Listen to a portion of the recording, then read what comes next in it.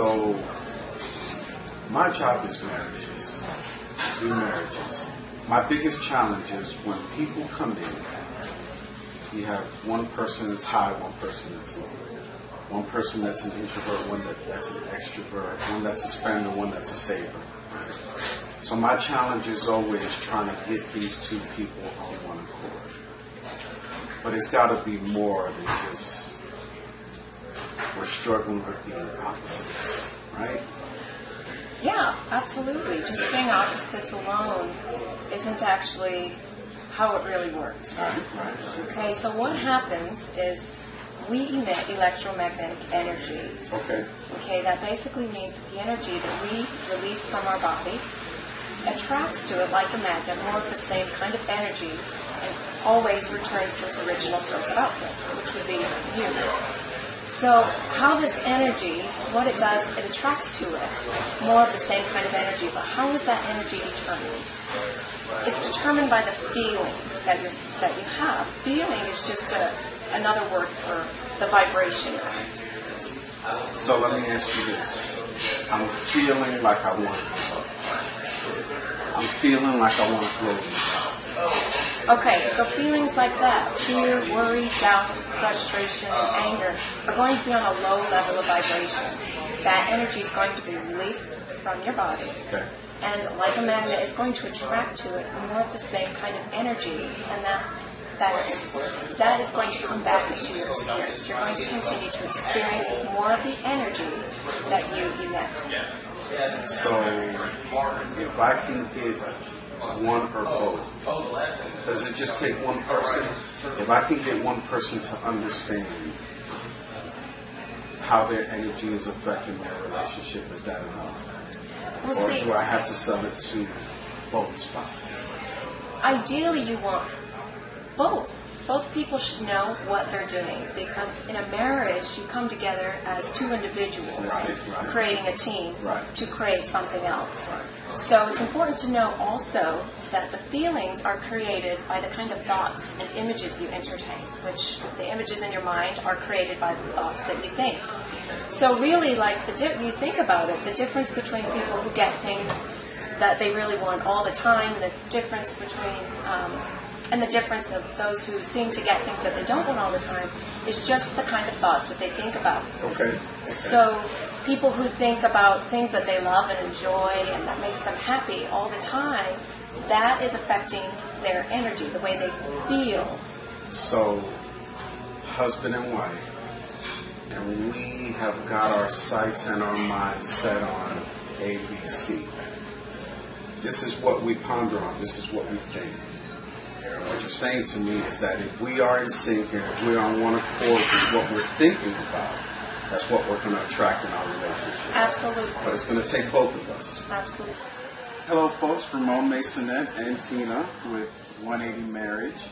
And we just want to share a significant point with you and something that has really been a thought that I wanted to share with the audience today. And that is that we get into marriage with these preconceived ideas that things are going to be awesome and things are going to be great. And they are. They always are. When you have a plan, when you have a vision. Right? But there's something powerful that I want to share with you. Right? Imagine if you're standing at the altar and your spouse says these vows to you. I'm going to hurt you. I'm going to disappoint you. You're going to be angry with me. There are times that you are going to be disheartened with me. There are times that you are going to hug your pillow at night based on a conversation we had or a fight that we had, and you're going to lose sleep. There's times I'm going to cause your blood pressure to go out of control. There's times that you are going to feel misunderstood by what we're talking about. There are times that you are going to think, did you come from Mars? There's times that you're going to wonder if you made the right decision in saying that I do. And I'm here to tell you that during the course of your marriage, all of those thoughts are normal. And a lot of couples struggle with that. And a lot of couples find themselves in 180 marriage because of those very issues. But I'm here to tell you that if you can accept from the get-go that these things are going to happen, you stand a greater chance of creating some resilience within your marriage right from the get-go. But if you ever find yourself in a place where some of these thoughts are becoming overwhelming and you can't talk your way through it with your spouse, you can always consider 180 marriage. So just wanted to share with you that this is the adversity that does come with marriage. But the good news is that it doesn't have to break you. Okay? So if you want more information about adversity in your marriage and using adversity to strengthen your marriage, you can reach us on Facebook at 180 Marriage Coach, or you can reach us at Twitter at 180 Marriage, or you can give us a call at, I never remember the numbers, what's the? 931-264-5225. Okay, so give us a call. And remember, 180 Marriage, because divorce is not always the answer. All right, so marriage. The thing that always makes people smile, but also the thing that when two people eventually realize we're in this thing for real can cause a lot of anxiety. Right? So let me ask you, what do you think is the greatest thing about your marriage? About ours specifically? Yep, your marriage. Greatest thing. Yeah, I mean, I would say the first thing that comes to my mind would probably be friendship and camaraderie that we have. Okay, all right. Yeah, I mean, there's definitely like, I feel like that's the thing that we try to foster and really feed and promote. Yeah, I mean, I would say that's probably my answer. And what's so significant about that is the couples that I do see come in that are having challenges, we fall in love.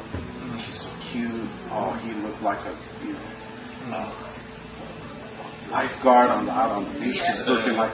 And so there's the romantic part of it. It's just like all the attraction, but there really isn't a friendship. So it's really refreshing to hear you say that we're working on the friendship, because the passion, that doesn't always, help keep you sustained.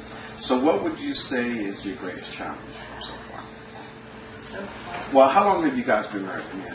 It'll be 9 years. 9 years. So what's been your greatest challenge up to now? I mean, I would say Circumstantial? A lot of them have been circumstantial. I mean, we've moved a lot. Yeah, we moved in New York City. I mean, I would say. I mean, isn't communication every relationship? Every relationship. I mean, any relationship, you will have to work on how you communicate. But I feel like we get better and better and better at that. Yeah, I mean, I feel like, and this is probably the case with most couples, it's like, like the main things that you struggle with, like you revisit those like time and time again.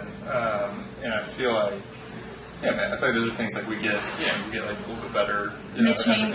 They sort of change, which I feel like is a good sign. Yeah. Like even if it's sort of the same big problem, the way it manifests is sort of kind of morphs, which I think is a good sign, because I think we're growing and changing, so there's actually room for the struggle to be different, because we're moving forward. And so that is so awesome that you mentioned that, the change, because I think sometimes couples fail to realize that you do change.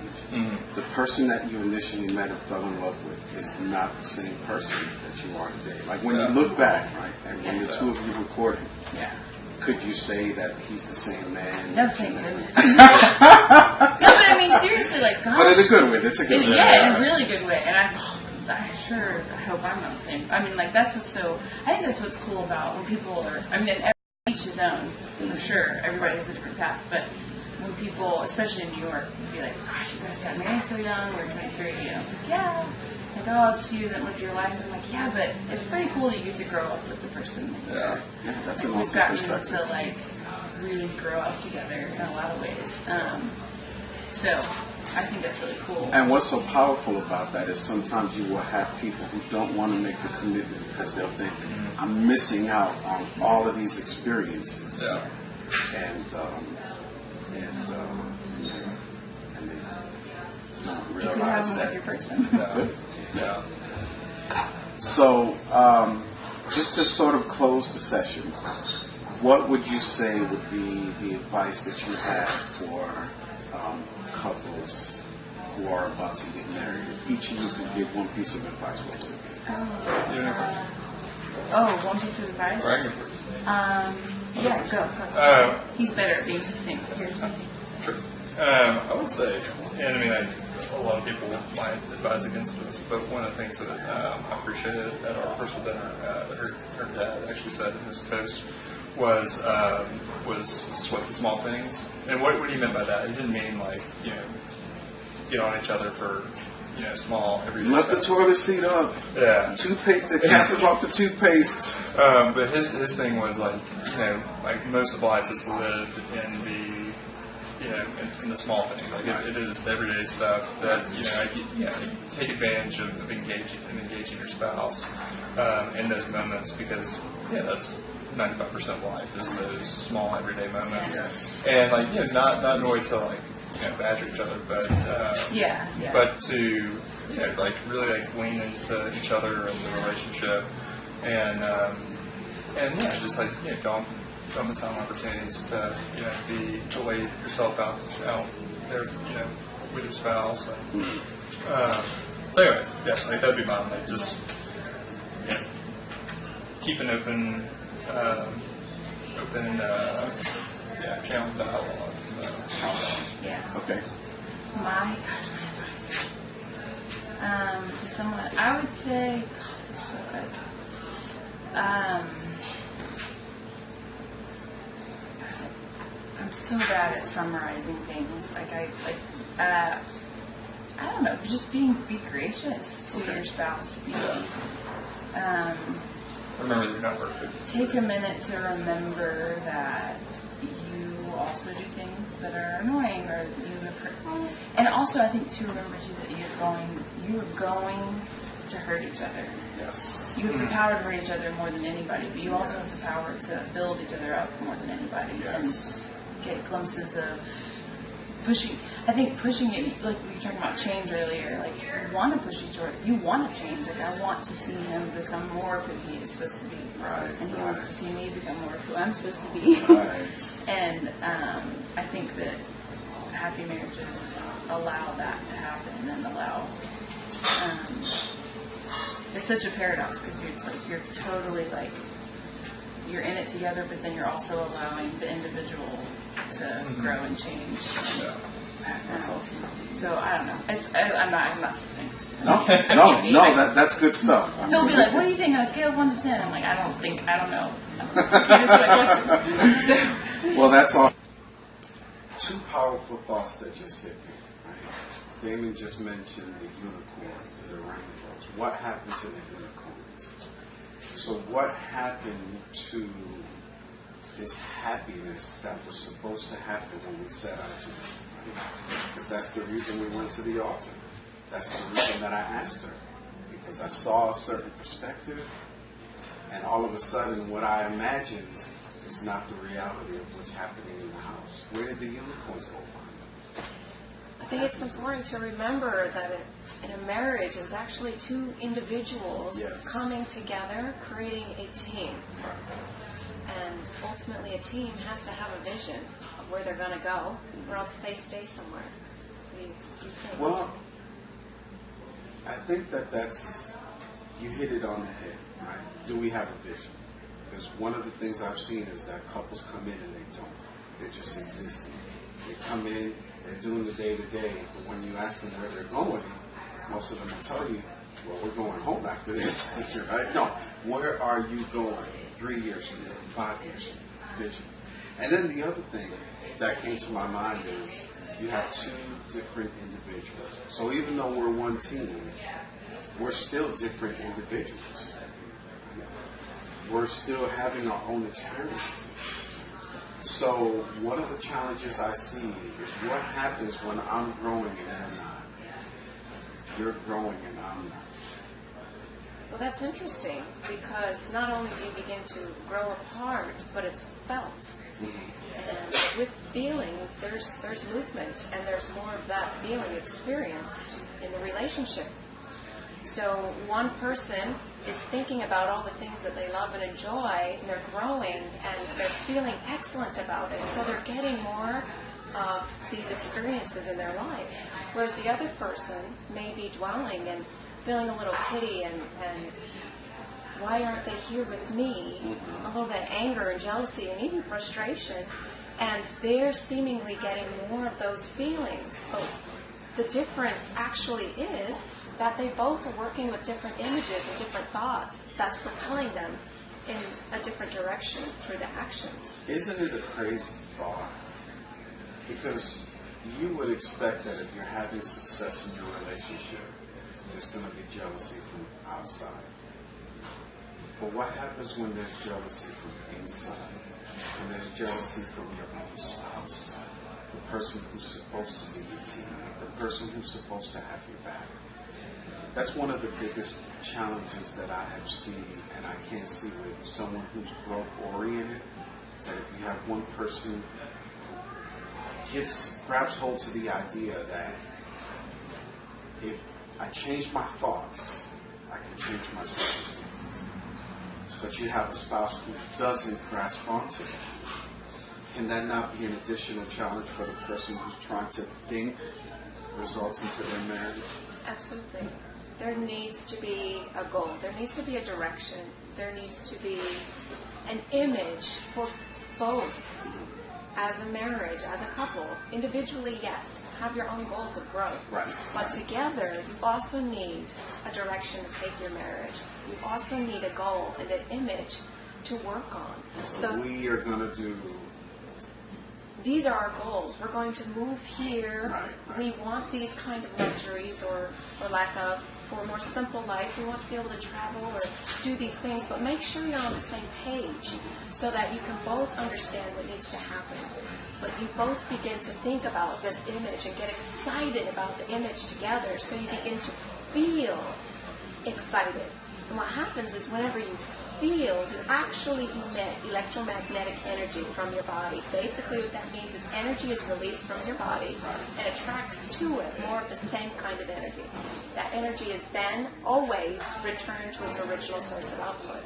And then you get more of that same kind of energy in your experiences, which create more of that exciting feeling. You begin to see them in your results. So what kind of power, if you're saying one person can exercise this and yield some tremendous results based on how they're managing their energy, what kind of dynamic force can two people on one accord, thinking the same way, seeing the same thing, being aligned in their vision, what kind of energy, what kind of things can they create in their relationship? Well, I believe they call that the synchronicity, the 1 + 1 = 3. Okay, yeah, I've heard that. The energy from one, the energy from the other coming together to create a new energy that has just as much momentum and more because it's focused on to go forward with, and it creates more of that excitement.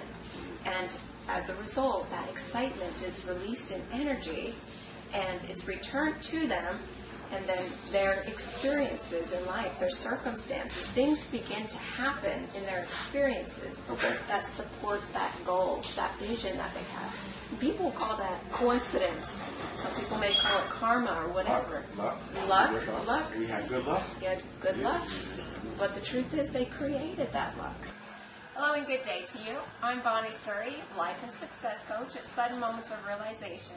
I have a question for you. How many times have you caught yourself wondering, why do some people get what they want so easily all the time, while others seem to struggle but always get what they don't want? So I have a bit of information I want to share with you to help you understand how you're actually creating your results in your circumstances. So what happens is we actually have electromagnetic energy that is released from our body. Basically what that means is we have energy that's released from us and it attracts to it more of the same kind of energy and it brings it back to its original source of output, you. But how is this energy determined? The energy that is released is determined by the way you feel. So the way you feel creates the type of energy that's going to be released, absorbed, and then come back to you. So what is the difference, really, between somebody who gets what they want all the time and somebody who gets what they don't want all the time? The truth is, The feeling comes from the thought. People who think about what they want all the time, things that excite them, things they want, things that they want to experience, they get emotionally involved with that. All that means is the feeling begins to match the thought. The feeling is then expressed through energy outside of the body. It attracts to it more of the same kind of energy into your experience, and as a result, you experience more exciting things. So when you're thinking about your current circumstances, the things you don't want, the things that upset and frustrate you, you're going to get more of what you don't want. You're going to get upset. Those feelings are going to be expressed through your body. That energy is going to attract to it more of the same kind of energy and bring it back into your experience. And that's how you continuously get more of what you do want or what you don't want. So I want to encourage you to be your own thought boss. I want to encourage you to hire and fire some thoughts. Now, it's true that your thinking is actually a habit. The way you think is a habit.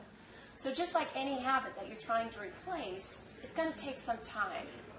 It won't happen overnight, but I promise you that if you consciously go through your day and think about the things that you do want instead of the things you don't want, you're going to see a difference in your results.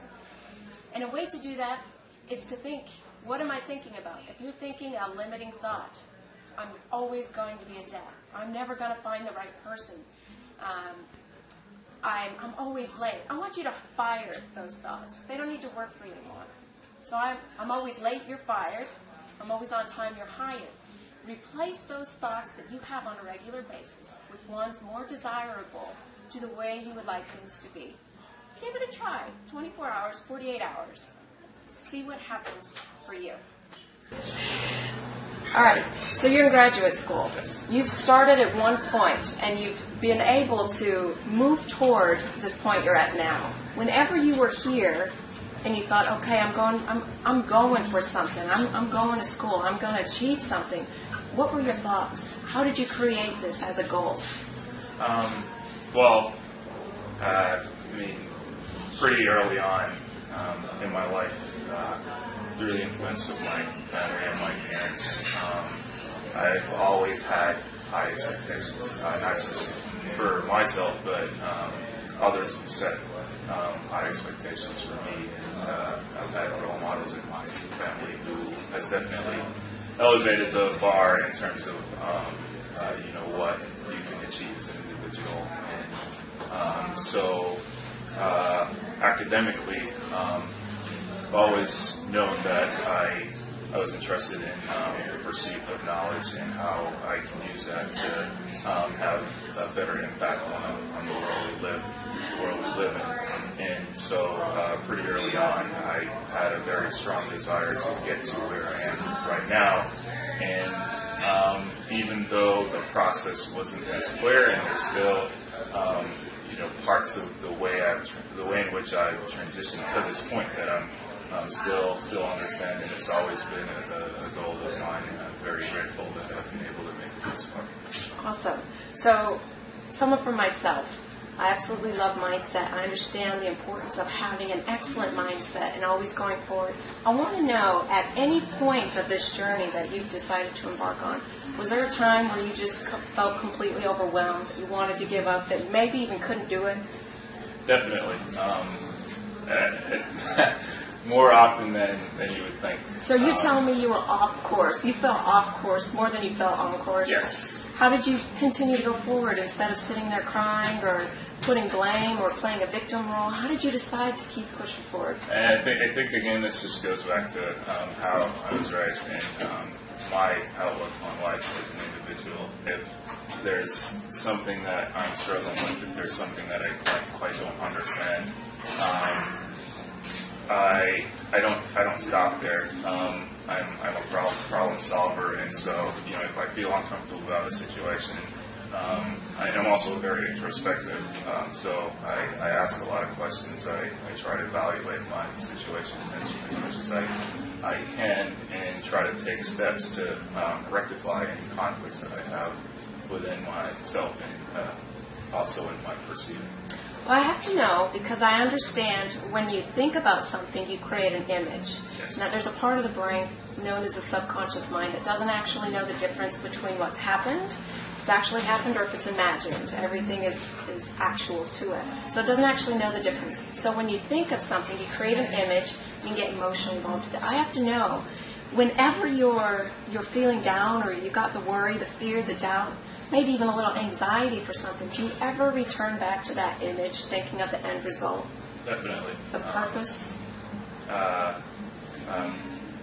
Can you try to frame that perspective a little bit more for me as to what that image signifies? The image would be your goal.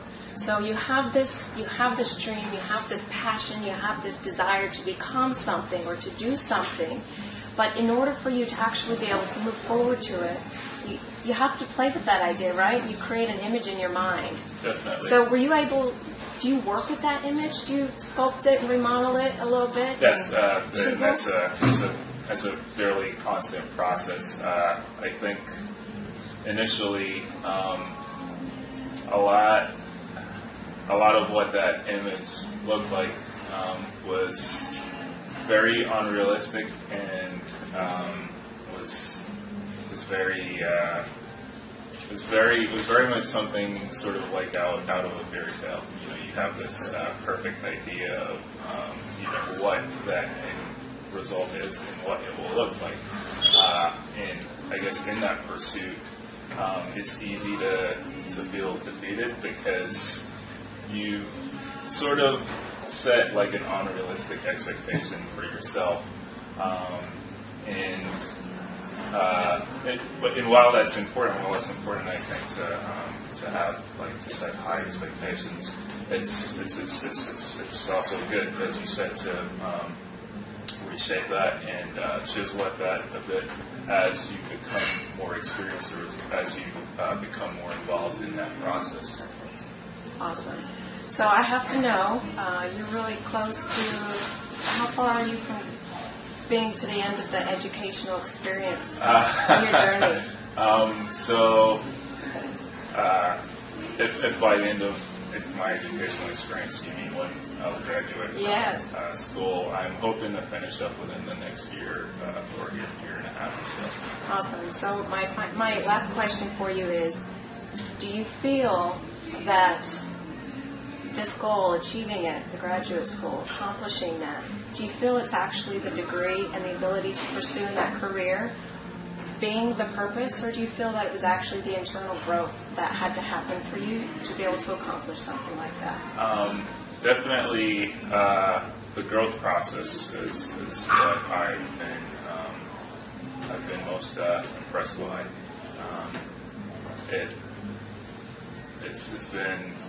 It's been a fairly trying and long experience, and seeing how I've handled that over the years, how I've grown and evolved personally, and the possibility of being able to take that out into the real world and to be able to adapt to whatever challenges I'll face there is definitely something I've come to appreciate a lot. Fantastic. Thank you so much for your time. It's been wonderful talking with you. It's nice meeting you. One of the major pillars that we talk about in marriage is finances.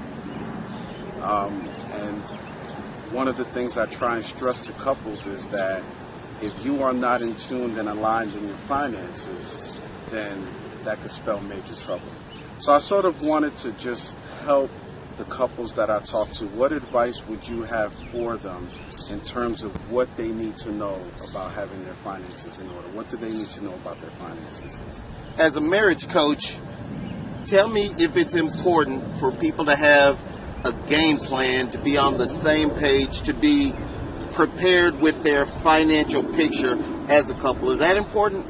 Very much so. A lot of marriages end because of finances. Is that right? It is right. It is.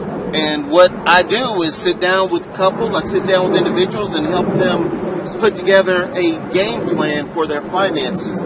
If you're going to go to Florida, you don't just willy-nilly get up and walk in any direction, right?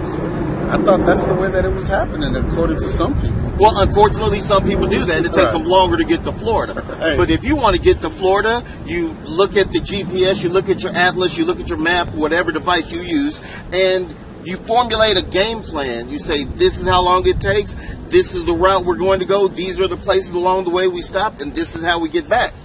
How much we're going to budget for gas, sightseeing, Exactly. gifts, all of these. And if you're going to put that much emphasis into a trip, you need to put that much emphasis into your financial plan, into where you're going, your financial direction. Okay. And I sit down with couples, families, and I talk to them about building wealth. I talk to them about preserving wealth, decreasing taxes in a legal fashion, Right. Making sure there's an emergency plan, making sure that there's life insurance. One of the worst things that can happen to a family, Ramon, and a family of two with a couple of kids, and something happens removing one of those people, they still have the debt that they had. Right. They still have everyday living expenses, but they're grieving because someone is not in the picture, and they have everything financially to be responsible for without that other income. So, and this is where, and I'm glad that you're speaking on that, because this is where I see couples struggle. We see each other, right? Couples see each other. We fall in love because this person is so fine, this person is so pretty. We get together and we romanticize the idea of what a relationship is, but we forget about all of these little details that actually goes into building the foundation of The marriage. foundation, the work that goes into it, the discussions that go into it. Ask each other, what are our financial goals? Where do we want to be? Talk about money. Talk about being prepared. Because when those conversations aren't had, then you leave yourself open to the will of any and every other outside interference. So if you don't have that conversation, if you don't say, we need to budget, we need to come up with a plan, we need to make sure we're protected, we need to be prepared for the little ones that are looking at either going to college or having a business of their own or whatever it takes to be successful, those conversations need to be had, and a lot of people don't have them. So when I have couples come in, right, and they dream about the big house and the white picket fence and the dog, I can talk to couples about the emotional resilience that it's going to take to get there. I can talk to couples about overcoming adversity to get there. And I can even talk to couples about having a vision to get there. But where you can come in is you can actually help couples with the dollars and cents. And in other words, helping them to make sense of how to get there in a way that when they're not there, they're not burdened with all of this debt. And so their dream is really just a pipe dream. Exactly. And we want to avoid pipe dreams. We want middle-class families to get the same information that the wealthy get on how to be prepared for their future. Because middle-class America is where the country's bread and butter is. And the information is out there on how to be successful, how to be prepared. Right. We just need to have those conversations and understand just how it's emotionally important to be there. It's important to be financially involved and have that conversation and put yourself in a better position, so when you are in your golden years, you're not having to wonder about where my money's coming from. There is a statistic that more people are concerned about outliving their money than dying. Wow. I'm more concerned about what I do if I get to 70 years old and I don't have the ability to work and make the money that I did when I'm 40. Wow. Because earning power does peak in an individual's life. So it is a real concern, but you can help folks come together with a real-time plan so that doesn't become a concern. Free of charge. So I'm driving down the street and I pass a bank and they're advertising a savings vehicle, a money market account, and they're offering a whopping 0.85% annual percentage rate return on your investment. This is on their digital display board. I want you to tell me if you have $400 to place in this money market account at this bank, how long it will take you at 0.85% APR, annual percentage rate, it will take you for your money to double. And if you have time for that sort of growth. There is a hint, because I've done a video earlier.